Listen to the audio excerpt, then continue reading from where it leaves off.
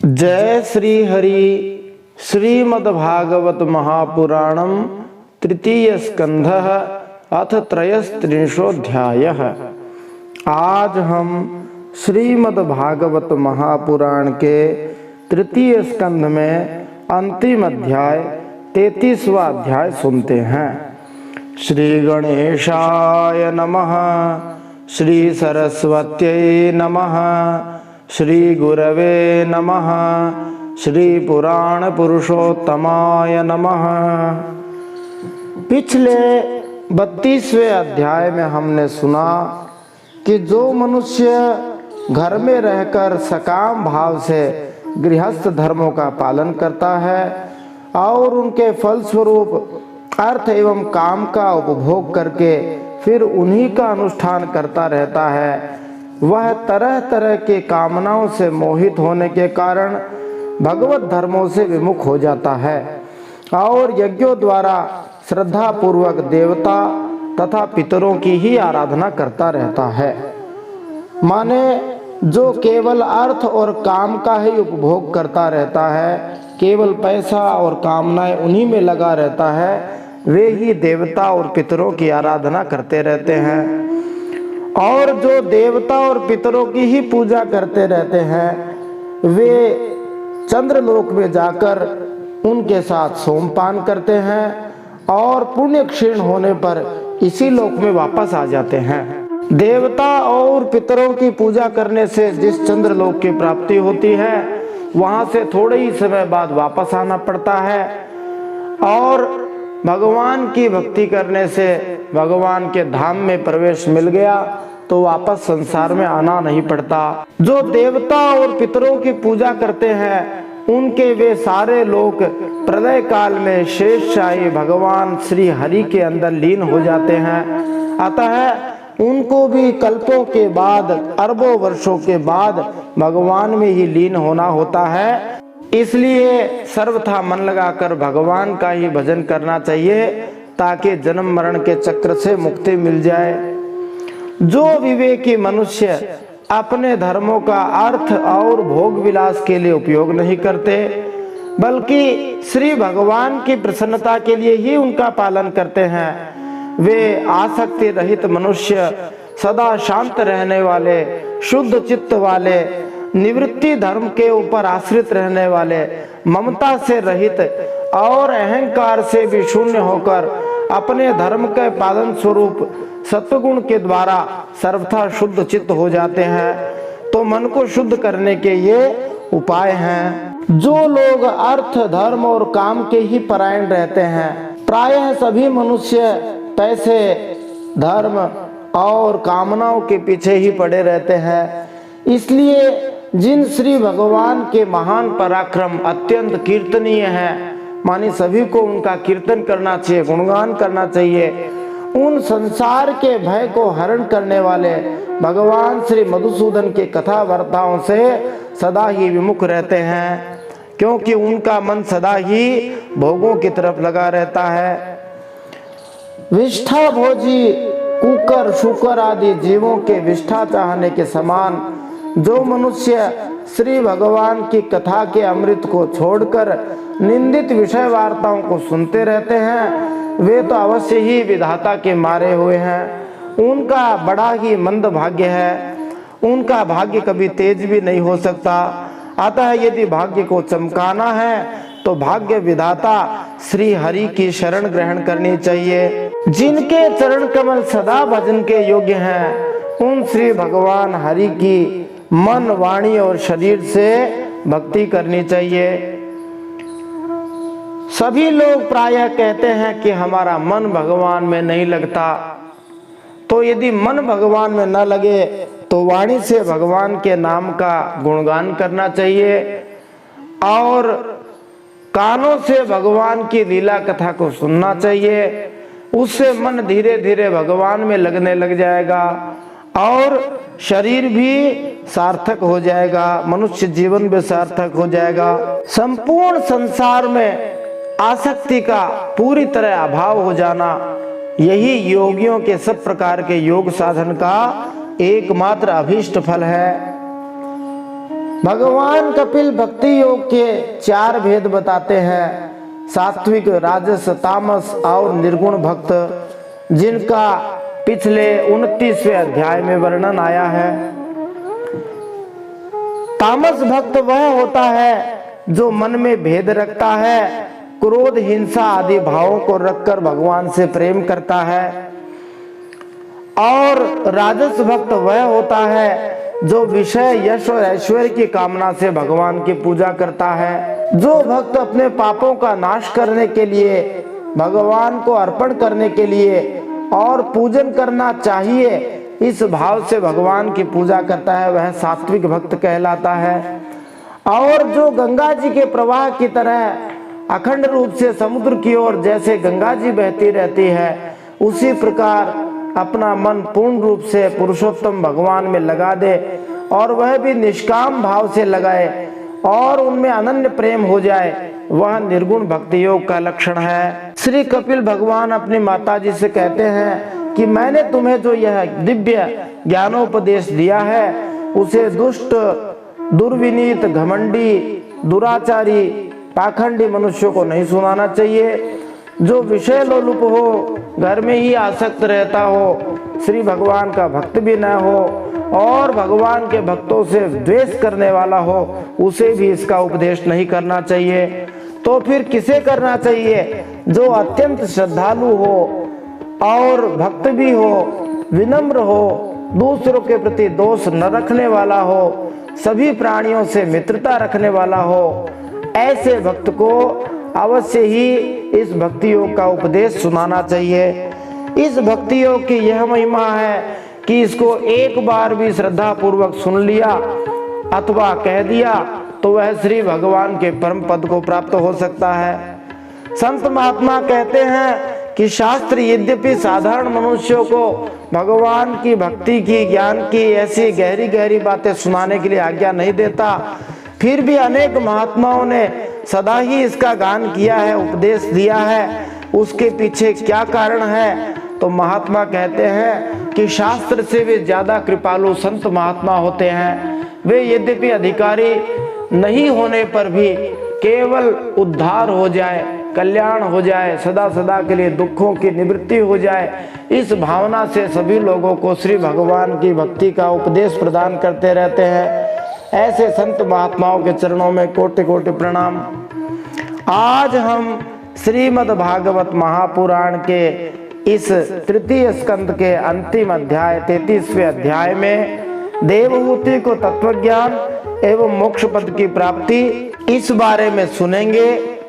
इसमें हम इन प्रश्नों के उत्तर प्राप्त कर सकते हैं। देवहूति जी ने किस बात को विचित्र कहा है? जिसकी जिह्वा पर भगवान श्री हरि का नाम विराजमान है, वह कैसा है? क्या उसे और कुछ करने की आवश्यकता है? देवहूति जी किसके वियोग से आत्मज्ञान संपन्न होकर भी व्याकुल हो गई? देवहूति कैसे समस्त क्लेशों से मुक्त होकर परमानंद में निमग्न हो गई? भगवान कपिल और माता देवहूति के इस पवित्र संवाद का श्रवण और मनन करने का क्या फल है? तो आइए इन सब प्रश्नों के उत्तर आज के इस तृतीय स्कंद के 33वें अध्याय में प्राप्त करते हैं। जय श्री हरि। नारायणं नमस्कृत्य नरं चैव नरोत्तमं देवीं सरस्वतीं व्यासं ततो जयमुदीरयेत्। भगवान श्री नरनारायण के चरणों में प्रणाम करते हुए, श्री गणेश जी भगवान के चरणों में प्रणाम करते हुए, माता सरस्वती के चरणों में प्रणाम करते हुए, वेदव्यास भगवान के चरणों में प्रणाम करते हुए, हृदय आराध्य श्री हरि चरणों में प्रणाम करते हुए, भगवत स्वरूप श्रीमद् भागवत महापुराण को प्रणाम करते हुए, श्री सुखदेव मुनि को प्रणाम करते हुए, अनंत कोटि सब संत महात्माओं को प्रणाम करते हुए अब हम श्रीमद् भागवत महापुराण के तृतीय स्कंद में 33वां अध्याय सुनते हैं। श्रीमद् भागवत महापुराणम तृतीय स्कंध अथ त्रयस्त्रिंशोऽध्याय। देवहूति को तत्वज्ञान एवं मोक्ष पद की प्राप्ति। मैत्रेय उवाच एवं निशम्य कपिलस्य वचो जनित्री साकरदमस्य दयिता किल देवहूति विस्रस्तमोहपटला तमभिप्रणम्य तुष्टाव तत्त्वविषयांकित सिद्धिभूमि। श्री मैत्रेय जी कहते हैं, विदुर जी, श्री कपिल भगवान के ये वचन सुनकर करदम जी की प्रिय पत्नी माता देवहूति के मोह का पर्दा फट गया और वे तत्व प्रतिपादक सांख्य शास्त्र के ज्ञान की आधार भूमि भगवान श्री कपिल जी को प्रणाम करके उनकी स्तुति करने लगी। देवहूतिरुवाच अथाप्यजोऽन्तः सलिले शयानं भूतेन्द्रियार्थात्ममयं वपुस्ते गुणप्रवाहं सदशेषबीजं दध्यौ स्वयं यज्जठराब्जजातः।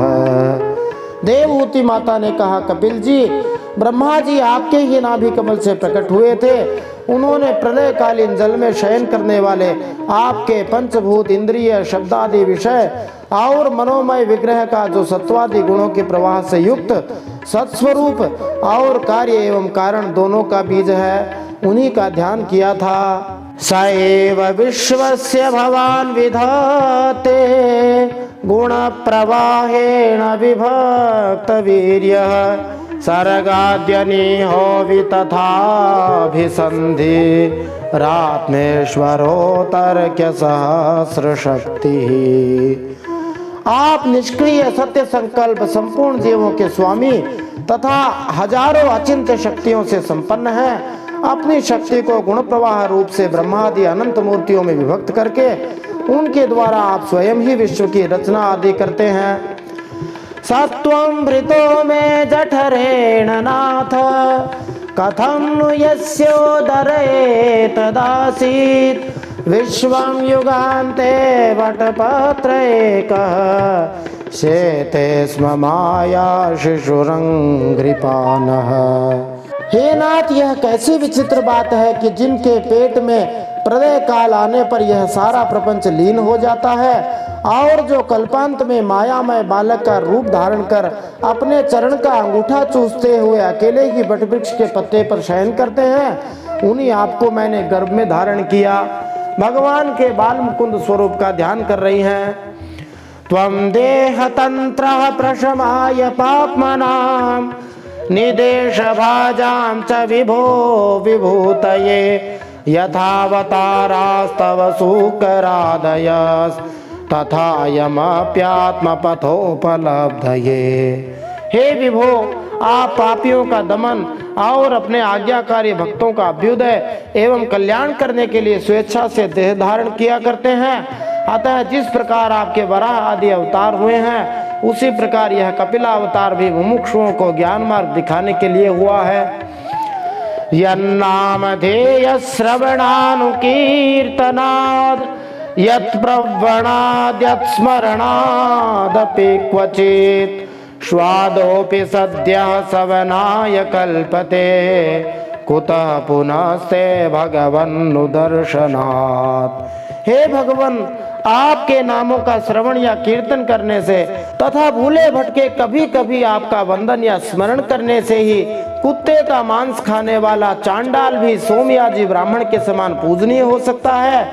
फिर आपका दर्शन करने से मनुष्य कृतकृत्य हो जाए, इसमें तो कहना ही क्या है। तो यहाँ बहुत बढ़िया बात कह रहे हैं कि जो आपके नामों का श्रवण और कीर्तन करे और भगवान को कभी कभार भूले भटके भी याद कर ले, कभी कभार भूले भटके भी भगवान को वंदन कर ले, तो वह सबके लिए पूजनीय हो जाता है। ऐसे भगवान के नाम लेने की और उनको प्रणाम करने की महिमा है। आगे देवहूति माता श्री भगवान के नाम लेने की महिमा के बारे में कहती है कि जिसने आपका नाम ले लिया उसने सब कुछ कर लिया। क्या क्या कर लिया? अहो बतश्वपचो तो गरीयान यज्जीवाग्रे वर्तते नाम तुभ्यं ते पुस्तपस्ते जुहुवो सस्नुरार्या ब्रह्मानुचुर नाम गृणन्ति ये ते। हे प्रभु, अहो वह चांडाल भी इसी से सर्वश्रेष्ठ है कि उसकी जिह्वा के अग्रभाग में आपका नाम विराजमान है। जो श्रेष्ठ मनुष्य आपका नाम उच्चारण करते हैं उन्होंने तप, हवन, तीर्थ स्नान, सदाचार का पालन और वेदाध्ययन सब कुछ कर लिया। माने जिसने भगवान का नाम ले लिया उसने सब कुछ कर लिया, उसके लिए कुछ भी बाकी नहीं रहा। तम त्वामहं ब्रह्म परम पुमांसम प्रत्यक्ष स्रोतस्यात्मनि संविभाव्यम स्वतेजसा ध्वस्त गुण प्रवाहम वंदे विष्णुम कपिलम वेद गर्भम। हे कपिल देव जी, आप साक्षात परब्रह्म हैं, आप ही परम पुरुष हैं। वृत्तियों के प्रवाह को अंतर्मुख करके अंतःकरण में आपका ही चिंतन किया जाता है। आप अपने तेज से माया के कार्य गुण प्रवाह को शांत कर देते हैं तथा आपके ही उदर में संपूर्ण वेद तत्व निहित है। ऐसे साक्षात विष्णु स्वरूप आपको मैं प्रणाम करती हूँ। हम भी भगवान विष्णु के चरणों में प्रणाम करते हैं। बोलिए विष्णु भगवान की जय।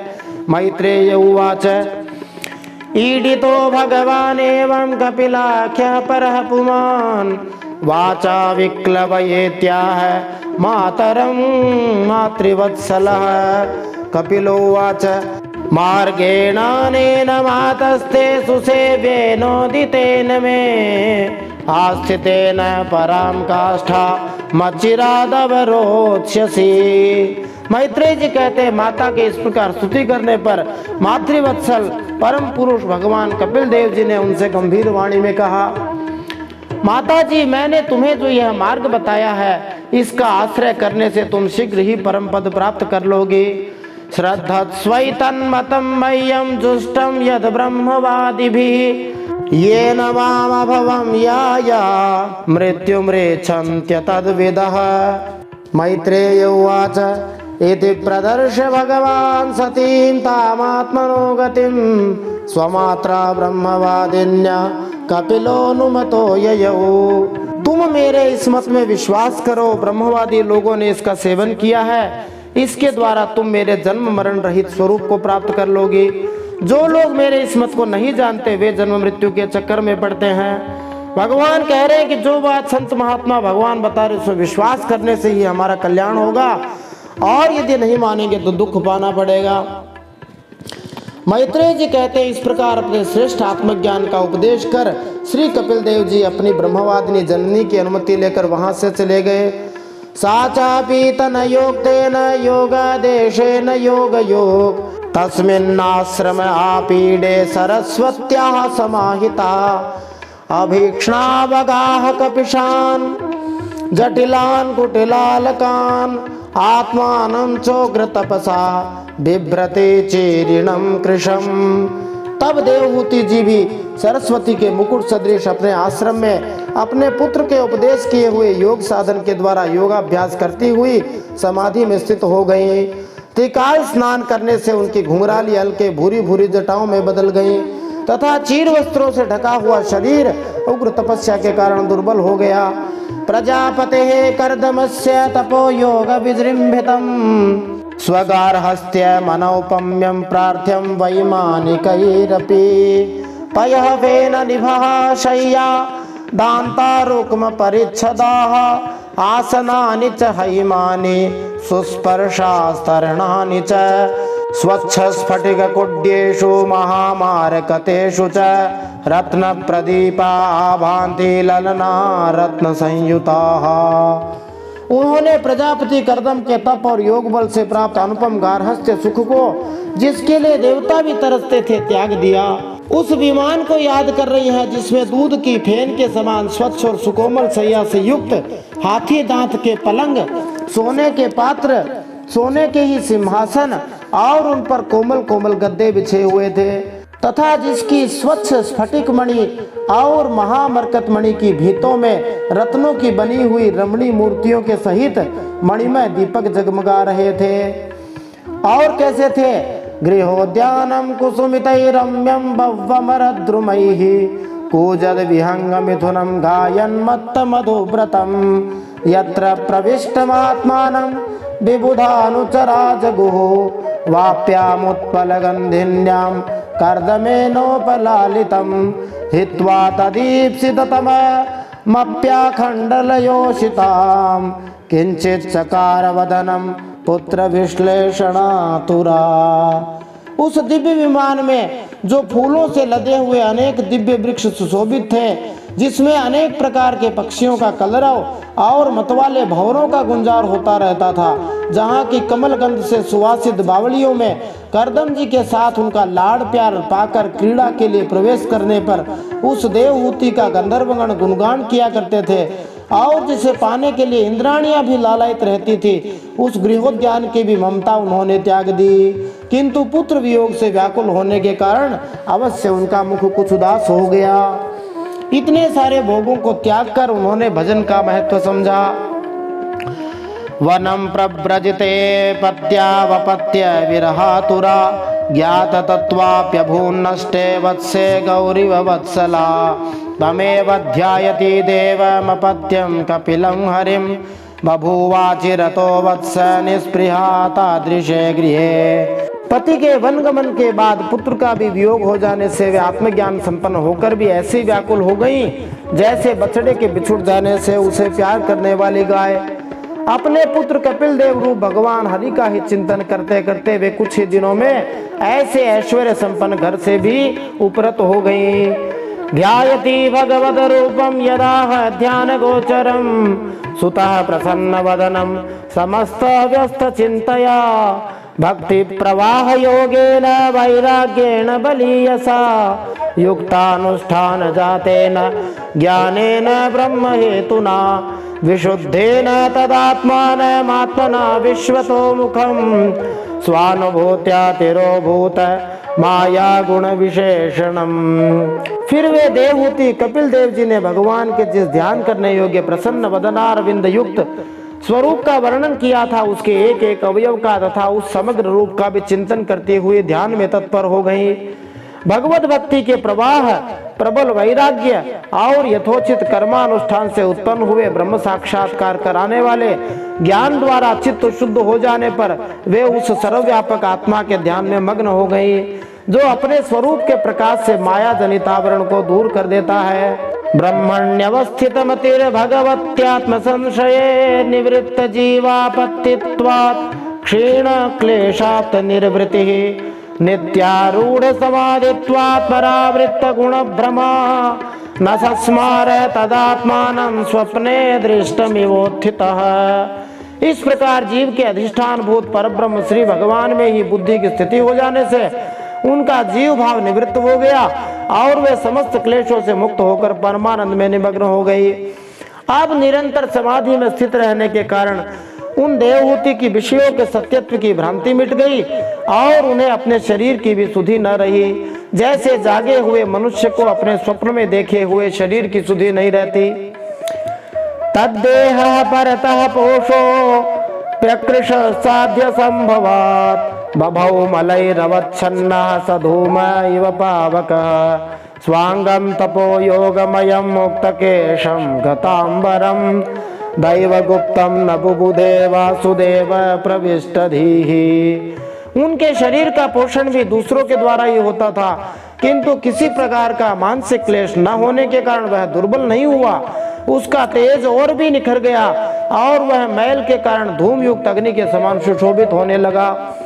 देवहूति जी के बाल बिथुर गए थे, वस्त्र भी गिर गया था, तथापि निरंतर श्री भगवान में ही चित्त लगा रहने के कारण उन्हें अपने तपो योग में शरीर की कुछ भी सुधि नहीं रही, केवल प्रारब्ध ही उसकी रक्षा करता था।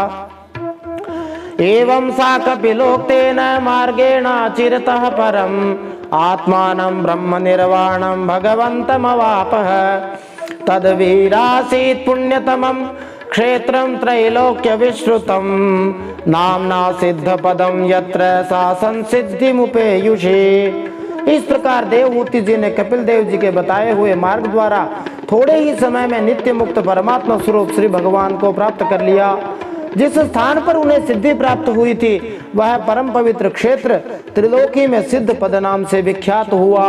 तस्यास्तद्योग विदुत मार्त्यम मर्त्यम भूत शरीर स्रोतसाम प्रवरा सौम्य सिद्धिदा सिद्ध सेविता कपिलोपि महायोगी भगवान पितुराश्रमात् मातरम समनुज्ञाप्य प्रागुदीचिम दिशम ययौ। योग साधना के द्वारा देवहूति जी के शरीर के सारे दैहिक मल दूर हो गए थे। वह एक नदी के रूप में बदल गया जो सिद्धगण से सेवित और सब प्रकार की सिद्धि देने वाली है। महायोगी भगवान कपिल जी भी माता की आज्ञा ले पिता के आश्रम से ईशान कोण की ओर चले गए। सिद्धचारण गंधर्वैर मुनिभिश्चाप्सरो गणैः स्तूयमानः समुद्रेण दत्तार्हण निकेतनः आस्ते योगम समास्थाय सांख्याचार्यैरभिष्टुतः त्रयाणामपि लोकानाम् उपशान्त्यै समाहितः एतन्निगदितं तात यत्पृष्टोऽहं तवानघ कपिलस्य च संवादो देवहूत्याश्च पावनः। वहां स्वयं समुद्र ने उनका पूजन करके उन्हें स्थान दिया। वे तीनों लोगों को शांति प्रदान करने के लिए योग मार्ग का आश्रय लेकर समाधि में स्थित हो गए। कपिल भगवान की स्तुति सिद्ध चारण गंधर्व मुनि और अप्सरा गण सभी करते हैं तथा सांख्याचार्य गण भी उनका सब प्रकार श्रवण करते रहते हैं। मैत्रेय जी विदुर जी से कहते हैं, तुम्हारे पूछने से मैंने तुम्हें यह भगवान कपिल और देवहूति का परम पवित्र संवाद सुनाया।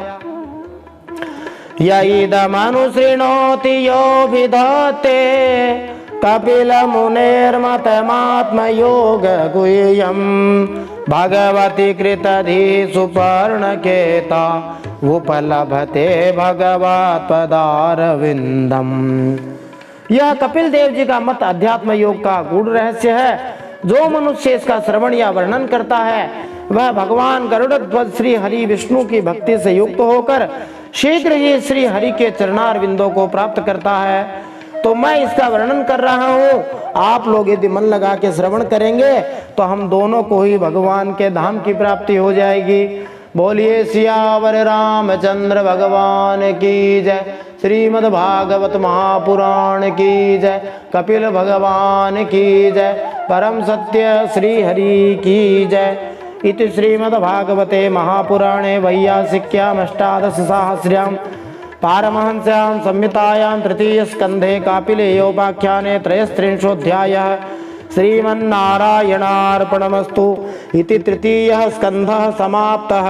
हरिः ओम तत्सत्। श्रीमन्नारायणार्पणमस्तु।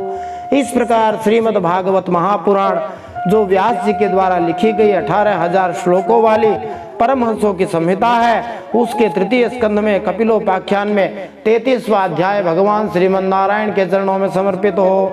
इस प्रकार तीसरा स्कंद समाप्त होता है। हरि ओम तत्सत। यह तीसरा स्कंद संपूर्ण भगवान श्रीमन नारायण के चरणों में समर्पित हो और हमें भगवान की भक्ति प्रदान करने वाला हो।